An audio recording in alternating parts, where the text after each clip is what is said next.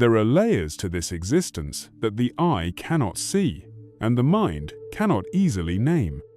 Realms that shimmer just beyond the veil of the waking world, where time folds in on itself, where thought takes form, and where the soul remembers who it is beneath the costumes of this earthly play.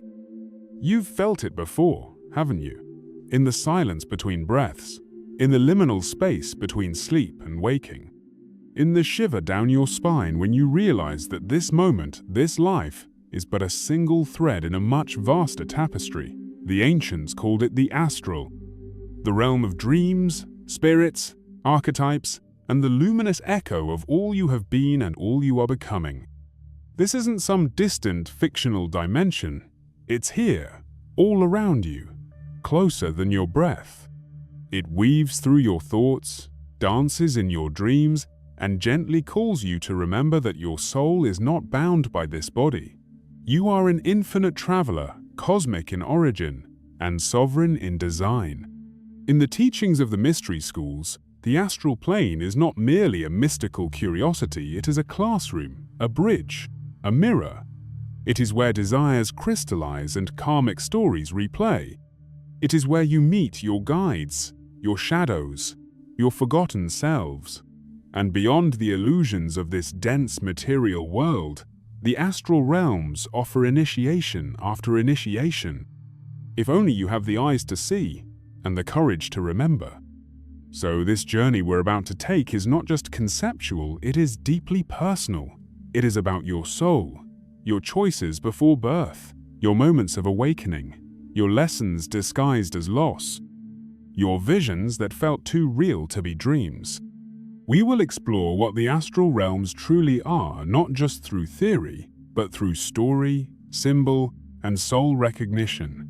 This is a map drawn in stardust and memory, a remembrance of how energy moves, how consciousness travels, and how the soul evolves beyond the confines of linear time. If you've ever longed to understand what lies beyond the veil, if you've ever sensed that you are more than flesh and thought, if you've ever awoken from a dream more real than reality itself, you are exactly where you are meant to be. If this message resonates, like the echo of a truth you've always known, then take a moment to like this video, share your presence in the comments, and subscribe to this channel. There is so much more to unveil, and this journey through the astral is just beginning. To truly understand the soul's journey through the astral, we must begin with one essential truth. Consciousness is not confined to the brain, nor the body. It is a field, an emanation, an eternal traveler. What we call the astral realms are not some faraway dimension floating in a separate universe. They are interwoven with this one, layered just beyond the visible spectrum, vibrating at a slightly higher frequency than the physical plane. Like a dream that continues humming beneath the waking mind, the astral exists whether we acknowledge it or not. At the most basic level, the astral plane is the realm of subtle form, where thought becomes structure and emotion becomes landscape. Here, intentions are forces, and attention is currency. The mystics and initiates of every age, from Egyptian priests to Vedic seers to Gnostic adepts, understood that the astral was both a mirror and a training ground. It reflects your innermost beliefs, fears, longings, and archetypes, not as metaphors, but as living energies. It's important to know, not all astral experiences are the same. There are strata, much like layers of atmosphere. The lower astral, dense, murky, often chaotic, is built from unresolved emotion, collective trauma, and thought forms that cling to old identities. This is where nightmares often stem from, where shadow work must begin, where fear disguises itself in many faces.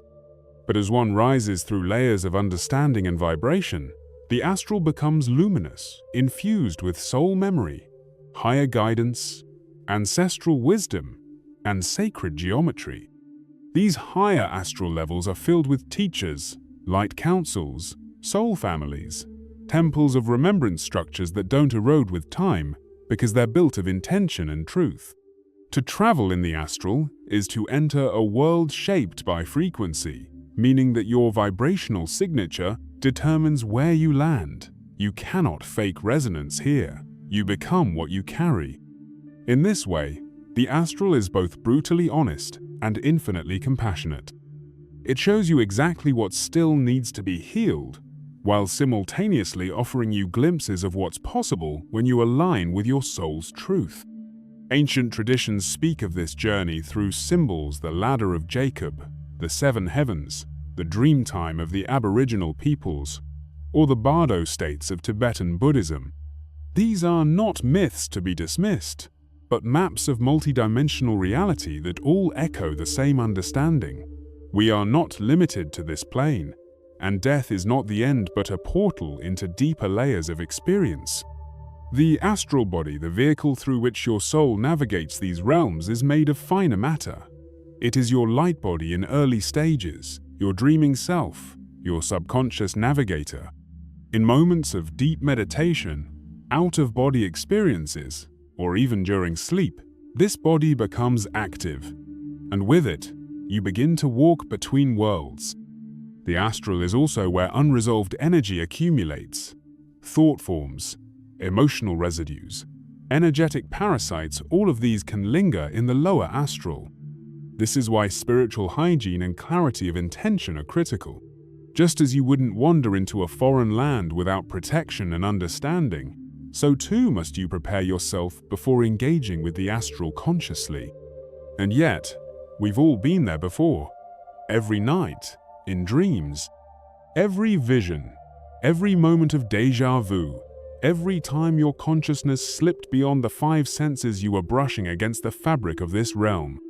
The difference between random dreaming and conscious astral navigation is simply awareness. The soul remembers. The mind must catch up. There is an intelligence that guides this journey. Whether you call it higher self, spirit, source, or simply love, it is always nearby. Your soul doesn't wander aimlessly in the astral. It follows the currents of lessons, contracts, and evolution. And this, perhaps, is the greatest secret. The astral isn't just a place you travel, it is a realm where your soul creates, unbinds, rehearses, remembers.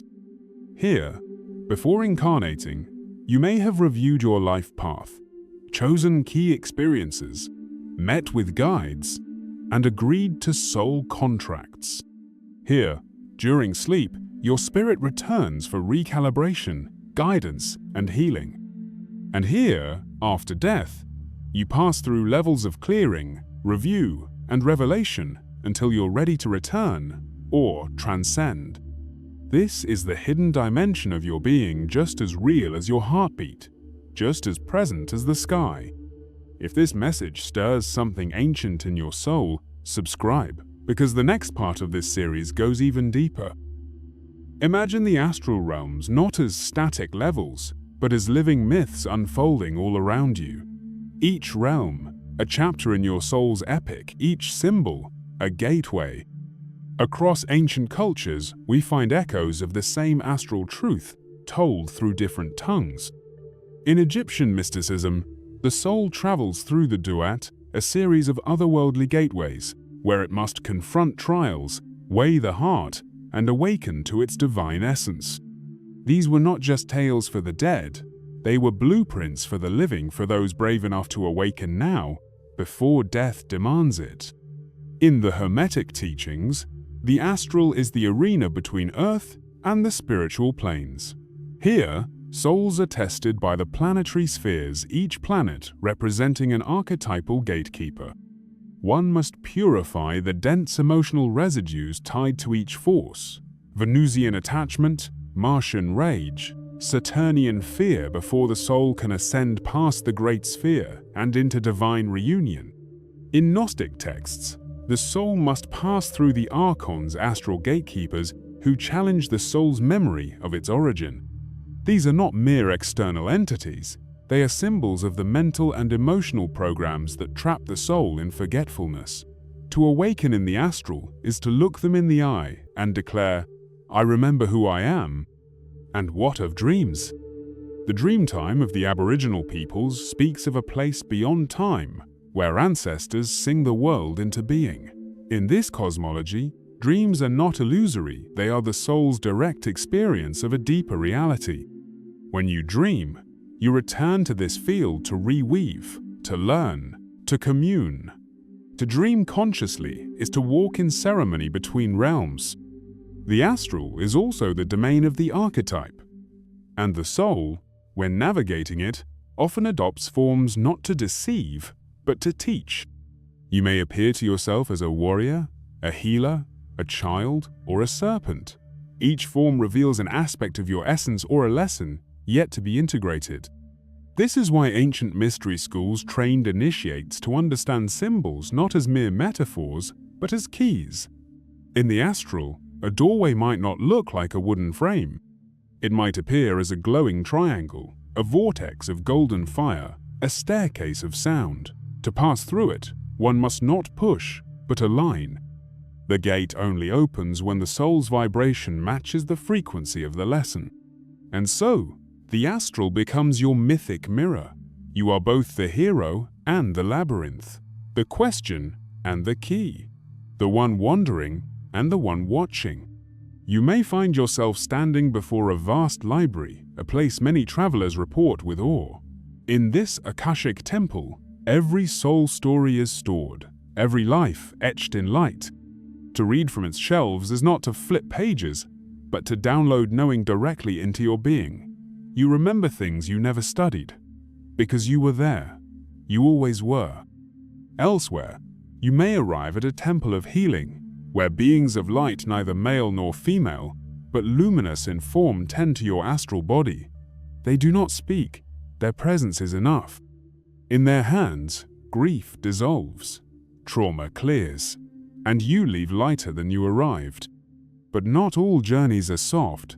Some involve descent into murky caverns, lost cities, swirling storms of ancestral pain.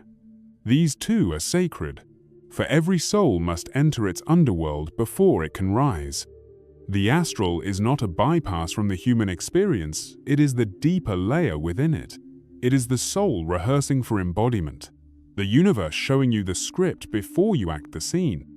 And sometimes, you will meet others, travelers like you, soulmates, not in romance, but in resonance. You will recognize their frequency like a song you've always known. You may walk together for a time, learn together, heal each other in ways words cannot touch. This is the astral as revelation, as remembrance, as sacred theater for the soul. If this message stirs something ancient in your soul, subscribe, because what comes next reveals even more. So what does it all mean, this voyage through veils, this map of unseen realms? How does a journey through the astral translate into something real, something practical, something that breathes into your daily existence? The answer is both mystical and immediate. The more you remember your multidimensional nature, the more consciously you can shape this reality. When the soul begins to awaken to its astral journey, life no longer feels random. Synchronicities become instructions, emotions become signals, dreams become dialogues. The fog begins to clear, and something sacred starts to emerge. A relationship between your waking self and your eternal self. This isn't about escape, it's about embodiment. The astral is not meant to pull you out of this life, but to deepen your presence within it.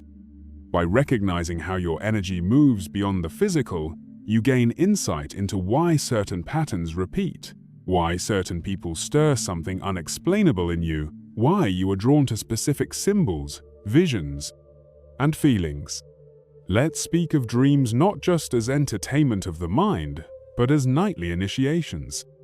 The moment you begin recording your dreams, studying their symbolism, and aligning with their emotional currents, you start to build a bridge between the unconscious and the conscious. This is astral literacy. It's not about having full-blown out-of-body experiences every night. It's about cultivating awareness. Even a fragment of a dream can be a key to an entire realm. When you dream of flying, you are remembering your freedom. When you dream of being chased, you are being called to face what you've avoided. When you dream of unfamiliar lands that feel like home, you may be touching places you've known in past lives or future selves. Start asking yourself upon waking, where did I go? Not, what did I dream? But, what realm did I enter? What teaching did I receive? That shift in language awakens the inner navigator. Meditation, too, becomes a gateway not just to peace, but to perception. Stillness sharpens your sensitivity. Breathwork clears the fog of thought, allowing the finer dimensions to emerge. With patience and reverence, astral imagery will begin to bubble to the surface. Symbols will arise, not from fantasy, but from your soul's own archives. And then, there's presence. This is perhaps the most overlooked aspect of astral integration. The ability to be fully here while knowing you are also so much more. When you begin to carry astral awareness into your relationships, your work, your choices, everything changes. You listen more deeply because you sense the soul behind the words.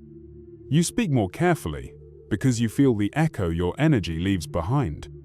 You move through space not with anxiety, but with alignment. You start choosing your environment with the care of an artist, selecting a canvas. You become aware of the energetic weight of your thoughts. You sense the subtle fields around others. You no longer fear death, because you've already walked in the spaces beyond it. And when challenges arise, as they always will, you do not collapse. You consult the part of you that remembers the view from the higher planes. You see the patterns in the pain, the initiation in the loss, the light on the other side of the labyrinth. You begin to live as if you've already seen the soul's map, because in truth, you have. And so, astral wisdom isn't about becoming less human, it's about becoming more authentic, not escaping the body, but energizing it with light from deeper layers of self. Not detaching from the world, but participating in it with the clarity of one who remembers where they come from and where they return. The veil may never fully drop while we are here, but the edges can soften, the light can seep through, and the more you honor your astral experiences, the more they will respond to you. Because the soul doesn't just journey through the astral at night. It listens, it watches, it waits. For you to remember, for you to reclaim your role not just as a traveler, but as a conscious creator in every realm. Somewhere deep within you, beyond thought, beyond name, beyond the roles you've played in this fleeting life, something ancient is stirring. It is not a new idea. It is a memory, a recognition that this world of matter and motion is only one petal on the vast cosmic lotus of your being, that behind the mask of flesh, beyond the veil of sleep, beyond even the stars, you are eternal.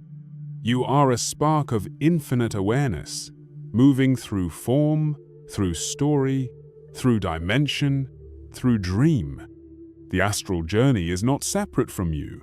It is a part of your nature, as natural as your heartbeat, as essential as your breath. And the more you honor it, the more you allow it to reshape your waking life, the more the veil begins to thin. The boundary between worlds grows translucent. You begin to live as a being between realms, not lost in fantasy, but grounded in mystical clarity. You may find, after this awakening, that you no longer chase what the world taught you to desire. You begin to sense when a place drains your energy. You begin to feel the difference between truth and illusion, not intellectually, but somatically, vibrationally. You recognize symbols on the walls, in books, in random conversations, and they stir something you cannot explain. That is the soul remembering its script. And now, you are being invited to remember yours. There is a deeper intelligence guiding you. Call it source. Call it higher self. Call it the infinite field. It knows the path. It knows why you were drawn here, to this message, to this moment. It knows what you've been carrying, lifetimes of forgetting, lifetimes of searching. And it knows you're ready. The astral is not a fantasy. It is not a sideshow to real life. It is the soil where spirit takes root before it flowers into matter. It is the rehearsal hall, the healing chamber, the cosmic university. It is the space between intention and manifestation, between soul contract and physical embodiment. And now, you are not just visiting, you are participating. You are learning to move through realms with awareness. You are walking with the remembrance that you are not the dream, you are the dreamer. And the dreamer is awakening.